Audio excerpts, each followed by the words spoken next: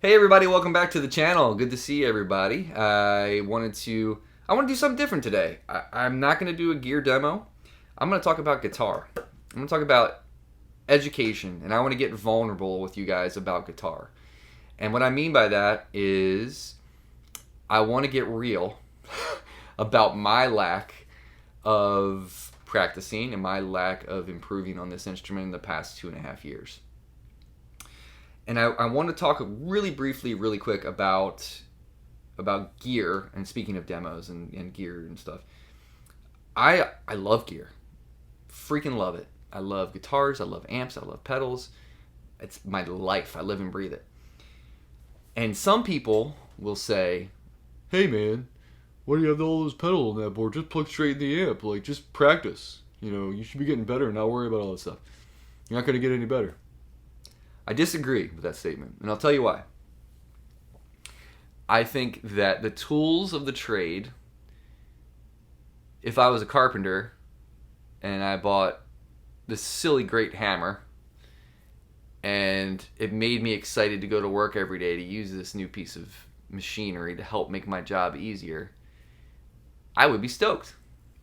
And I feel the same way about guitar. I feel that whatever instrument you play, whatever amp you're playing through, whatever pedals you have, whatever it is, whether it's a metal zone or a clon, I don't care, but whatever it is that makes you pick up your instrument and play and be inspired, you're gonna grow. Can we plateau? Yeah, for sure. I'm in that mode right now. But don't buy into all the "you don't need the gear" thing and it's not going to make you sound any better, because I don't necessarily feel like that's true. I think playing through a 2-rock changed the way that I played the instrument. I think that the amps that I was playing through before were hiding imperfections in my playing, and not until I started playing through this that I realized, ooh, whoops, like, can't do that on a stage. Like, you gotta fix that kind of thing in your chops, whatever it may be. Made me play cleaner, and it's made me a better guitar player. So, I will 100% stand behind that, and it's okay if you disagree with me and you think you should be plugging in and practicing straight in or whatever. That's cool too. Whatever makes you, stoked about the instrument and wanting to pick it up. But I do want to talk about actually practicing, and kind of letting go of the gear for a minute and thinking about how can we, get off that plateau? How can we continue to, push this instrument further than where we were last week? And I want to start by talking about this instrument. This guitar, in particular, is tuned to open C tuning. About 5 years ago, 6 years ago maybe now, when I met Joey, I was already a huge Derek Trucks fan, and I knew about other slide players, Dwayne obviously, but getting to know Joey and learning from him and everything was a huge. I almost gave up music. I was this close at that point in my career to hanging everything up, and this is pre me doing a YouTube channel. This is I wish I would have been doing a YouTube channel so I could have talked about it. Maybe it would have been cathartic to talk with you guys about it, because I'm sure everybody goes through this, but I didn't want to do it anymore. I felt like I was chasing, Alice and the rabbit down that hole, trying to get to Wonderland, some sort of, achieve some state of nirvana with the instrument. And I felt like for so long, it's I have to learn bebop, I have to do jazz, I have to do this, I have to do that. And that's just not true. I'm never going to be a bebop player. And mostly because I'm a bit ADD and I don't have the patience to do that stuff. I love it, love listening to it. I love listening to Joe Pass and Herb Ellis and George Benson and whoever. And you guys know I love Wayne. Wayne's different though. But Wayne and Schofield, in my mind and in my camp, I study the crap out of those guys, and I do work on that stuff because it's not bebop, it's different. But I'm never going to be a bebop player. I'm not fast and shreddy, and playing over changes ain't my strong suit, in terms of every 2 beats the chord changes kind of thing. I'm not that great at that, I'll admit. Vulnerability there. So And it's okay. And I tell this to my students all the time. Is like, in the beginning, man, no matter what you're working on, you got to suck before you get better. Like, and I mean that. I mean, it's like, it's a joke, but like, you got to suck. You got to kind of like be willing to be kind to yourself and vulnerable with the fact that like, you're not going to be good at it at first. So take it easy, take it slow, be kind to yourself, do it. It'll come. So just putting that out there into the world. But anyway, this instrument is tuned to open C. Open C was my second open tuning. When I started working on open E, when I was really getting into Derek, I didn't work on where all the chords were. I was just working with the slide, trying to, emulate his licks and stuff. But when I started working with Joey, I realized, man, there's so much more, and it's like, there's so much beauty in this instrument when it's tuned this way. So let me really quick, I'm just going to play you a little something.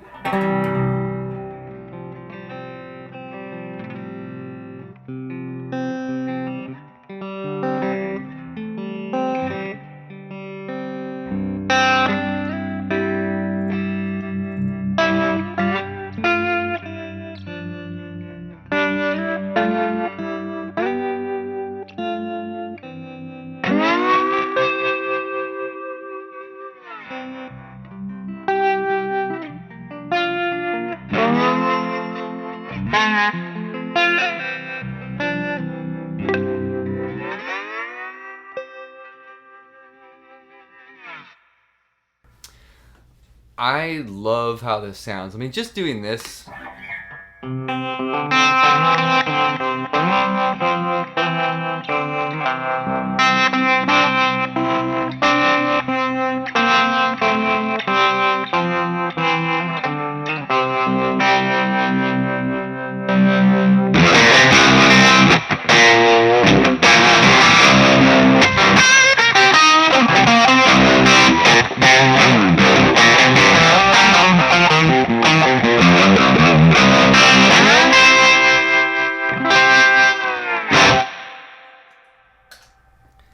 Super fun. So I was still able to kind of get into my bluesy headspace, pentatonic headspace, but it was totally different. I was learning a completely different tuning. It was almost like relearning the guitar. So this is a great way to, kind of step out of your comfort zone and do something new. So, I don't expect anyone to tune to open C. You got to have the right kind of setup, big old strings, whatnot. But you can tune to open E and start working on stuff to kind of get you out of a rut. So that's one thing. And this was the catalyst to getting me out of the doldrums and getting me out of my own head of thinking like, I'm done with guitar. I'm going to hang it up. This saved my career as a musician, as a guitarist. It really did. Like I credit Joey often with saving my musical life, and I really mean that. And I think that's why he means so much to me as a human being and as a musician, So, yeah, I think, for me, I have been wanting to work more on expanding the fretboard and understanding different ways to make things sound hip. If I'm improvising or whatever, not just kind of resting on my typical licks and that stuff. So let's talk really quick in standard tuning. I'll get this hollow body real quick. This guitar, by the way, guys, I cannot say enough good things about this instrument. It is probably one of my favorite instruments I've ever owned. And it's a PRS SE guitar. It's crazy. So, for me, what I've been thinking a lot about lately is how to make things more interesting, as a soloist. And for me, I think touch, feel, approach notes, things like that are what I want to work on right now. And believe it or not, I don't love my vibrato, and I don't love certain things. When I listen back to how I play, I'm like, ugh, it makes me cringe. So let's just talk about vibrato and approach notes for this lesson. So if you're playing, let's just say we're in an A minor or A dominant. I want to identify and hook up in those chord tones, right? So I want to hook up with the the root, third, and the fifth.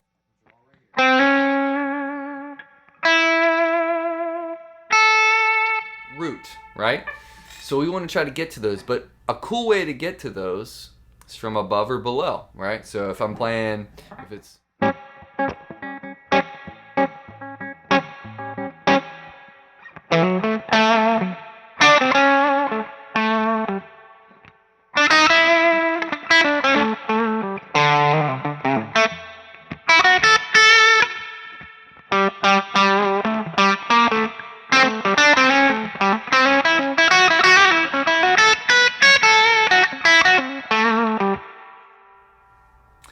I want to take that simple box and I want to play simple stuff, but I want to make it interesting. I want to make it feel melodic and feel like it's snappy and there's something happening, right?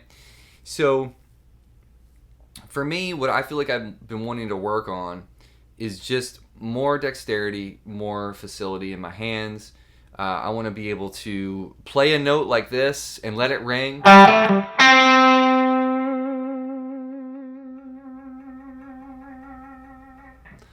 And feel like I can let that note blossom and I can let it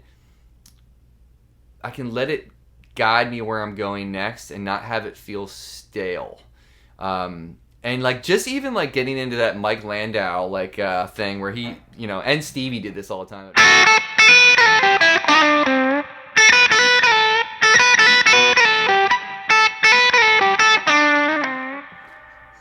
That little lick has really kind of opened and expanded like the color in terms of that 9 in there, that B. So we got A as the root, right? So there's that B. It's like the Superman theme, isn't it? Something like that. That's a 9. That's good to know. Anyway, so that approach and that's like you hear that like minor second in there. It's a passing tone, but it really does kind of give it a little bit of character.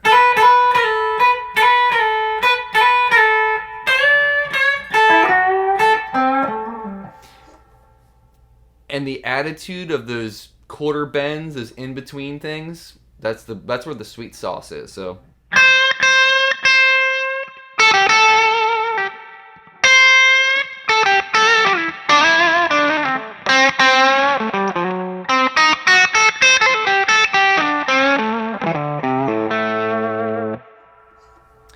So that is just more interesting to me than, you know, you can tell the difference between an intermediate player and a more advanced player if you're hearing people kind of just...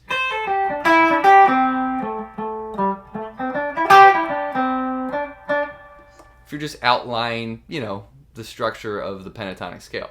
We want to get away from that, right? We want to be more musical. We want to create melody. We want to make something memorable that the audience will walk away and be like, oh man, that solo was great because it was melodic. And they're like singing it on the way home in the car from the gig, right? So I feel like the best way for me to feel comfortable on the neck, and here's another little thing that I've been working on, is playing with a metronome and playing simple exercises using finger per fret stuff with your first, second, third, and fourth finger. And this is the last thing I'll say today, and this might be a several part, video, but put on a metronome and do something as simple as 1, 4, 3 on each string and move down. So if we're talking about doing that, let's do this. We'll go.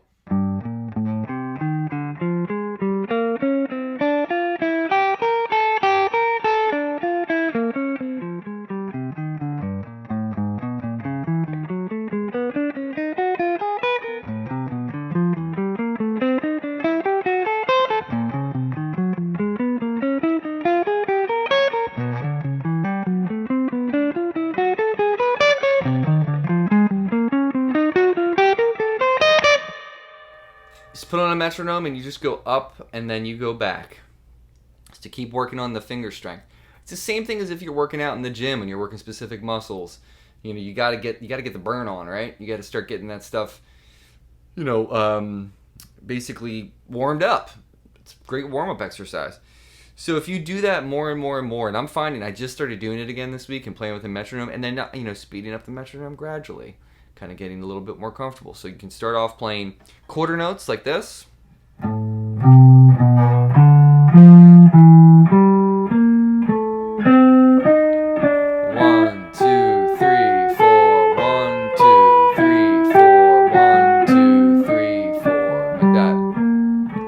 You can move into doing eighth notes. So if it's 1, 2, 3, 4, 1 and 2, my bad, 1 and 2 and 3 and 4 and 1 and 2 and 3 and 4 and 1 and 2 and 3 and 4, 1 and 2 and 3 and 4 and 1. So it's just a matter of getting comfortable with your pick attack, because that exercise, I know it seems easy, but you've got to be able to mute the strings around it so you're not getting to overtones and ringing from open strings. So there's a lot of technique involved in that. So this is the beginning of a beautiful friendship, right? Education, things that make us stoked about playing the instrument. That is the most important part of doing what we do as musicians. You've got to be vulnerable with yourself. You've got to be vulnerable. You've got to be kind with yourself too. It takes time. This stuff is not overnight success at all. I've been working on playing the instrument and copying licks and like notating and transcribing stuff to get better for 28, 29 years of my life. And I'm still not happy with where it is. And that's okay. I think the first step is recognizing it, understanding, and then embracing it. So get vulnerable with yourself. Get into the headspace where you feel like, I'm gonna motivate to do this. I'm gonna pick up the instrument and I'm gonna do something, even if it's for 5 or 10 minutes a day. That's all you need. That's really all you need. So anyway, I hope this was helpful. It's a brain dump. It's an improvisational brain dump. And if you are into this channel, that's how I do things. I don't have a script. I don't have anything that I'm going off of. I'm looking at you guys, and I'm looking in here too, because I have to hold myself accountable on this instrument if I want to get better. And that's what it's all about, man. Keep buying those pedals. Keep buying the stuff. Like I said, it's fun. It's a really good time. But don't forget to let yourself explore this instrument and get to know it better. Because the first date was cool, but once you get married and you start really, really diving in, the relationship gets even cooler. So guys, take care of yourself, take care of each other. I'll see you next time.